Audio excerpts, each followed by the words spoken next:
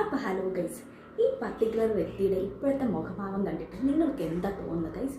സത്യം പറയാമല്ലോ, എനിക്കൊരു മനസമാധാനം. ഈ മുഖഭാവം ശരിക്കും കാണാൻ വേണ്ടിയിട്ടായിരുന്നു ഞാൻ ഗ്രാൻഡ് ഫിനാലെ കണ്ടത്. പിന്നെ അനുമോളുടെ കപ്പടിക്കുന്നതും കാണാൻ വേണ്ടി കണ്ടായിരുന്നു. ഈ മുഖഭാവം കണ്ടപ്പോഴത്തേക്ക് ശരിക്കും പറഞ്ഞാൽ മനസ്സിലൊരു എന്താ പറയുക, കുളിർമഴ പെയ്യുകയായിരുന്നു. അമ്മാതിരി മുഖഭാവമാണ്. പിന്നെ നമ്മുടെ ശൈത്യയുടെ അമ്മ ഒരു സ്റ്റോറി ഇട്ടിട്ടുണ്ടായിരുന്നേ. പുള്ളിക്കാരത്തി ഇട്ടേക്കുന്നത് സ്വന്തമായി നിലപാടുകൾ ഉള്ളവർക്ക് ശത്രുക്കൾ ഉണ്ടാകൂ, അല്ലാത്തവർ പ്രിയപ്പെട്ടവരായിരിക്കും എന്ന് ഓർക്കുക. അപ്പോൾ പുള്ളിക്കാരത്തി പറയുന്നത് സ്വന്തമായ നിലപാടാണ് മോക്കം ഉണ്ടായിരുന്നത് എന്നാണ് പറയുന്നത്. അപ്പോൾ ശരിക്കും സ്വന്തമായ നിലപാടുള്ളത് നല്ലതാണ്, വളരെ നല്ലതായിട്ടുള്ളൊരു കാര്യമാണ്.